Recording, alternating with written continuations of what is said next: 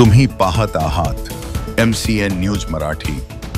बुलढाणा जिल्ह्यातील जळगाव जामोद येथील डॉक्टर बाबासाहेब आंबेडकर शासकीय वसतिगृहामध्ये राहणाऱ्या विद्यार्थ्यांना बऱ्याच अडचणींचा सामना करावा लागत आहे। त्या गोरगरीब विद्यार्थ्यांचे प्रश्न मार्गी लागावे यासाठी 30 जून रोजी वंचित बहुजन आघाडी प्रणित सम्यक विद्यार्थी आंदोलनाच्या वतीने उपविभागीय अधिकारी कार्यालय जळगाव जामोद येथे आमरण उपोषण सुरू करण्यात आले आहे। डॉक्टर बाबासाहेब आंबेडकर शासकीय वसतिगृह जळगाव जामोद येथील विद्यार्थ्यांना मुख्य रस्त्यापासून वसतिगृहापर्यंत जाण्यासाठी रस्ताच नसल्याने या रस्त्याच्या मागणीसाठी वंचित बहुजन आघाडीच्या वतीने 25 जून रोजी प्रशासनाला निवेदन देण्यात आले होते। या संदर्भात प्रशासनाने 28 जून पर्यंत ठोस निर्णय घेऊन रस्त्याचे काम सुरू न केल्यास उपविभागीय अधिकारी कार्यालयासमोर आमरण उपोषणाचा इशारा या निवेदनातून देण्यात आला होता।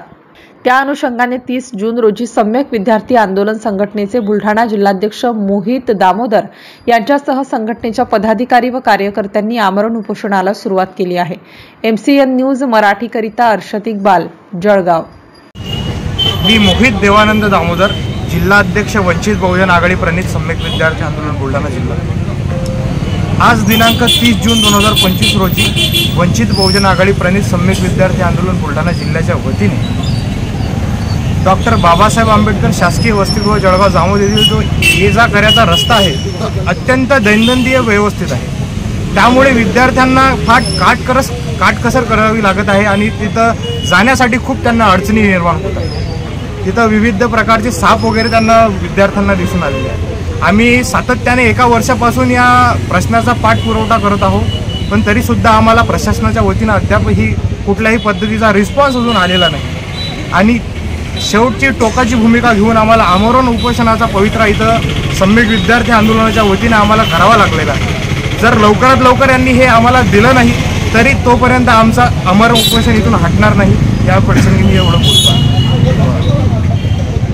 मी सूरज जीवनदास कुमार, डॉक्टर बाबासाहेब आंबेडकर मागासवर्गीय मुलांचे शासकीय वसतिगृह जळगाव जामोदचा विद्यार्थी आहे। सध्याची परिस्थिती अशी आहे की आमच्या हॉस्टेलला जाण्यासाठी मुळता रस्ताच नाही। एका शेतकऱ्याचा वावर, त्या वावरामधून तात्पुरती स्वरूपामध्ये मागील 12-13 वर्षापासून वसतिगृहाचा रस्ता हा वापरला चालला आहे। खरं तर कुठं ना कुठं वसतिगृह म्हटलं तर त्याला एक शासकीय रस्ता ही काळाची गरज होती, पण त्या काळामध्ये तेथील ज्या अधिकारी होते किंवा अधीक्षक वगैरे होते त्यांनी त्या गोष्टीकडे लक्ष नाही दिलं। त्याचीच आज आम्हाला यातना भोगावं लागत आहे।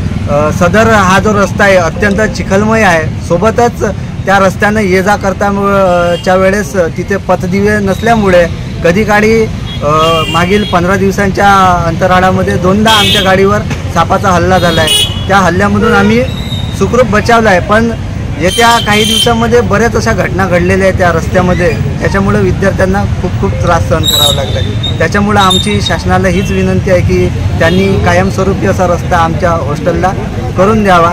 धन्यवाद। याआधी आपण विद्यार्थ्यांच्या मार्फत काही निवेदन वगैरे दिलं होतं का रस्त्यासाठी?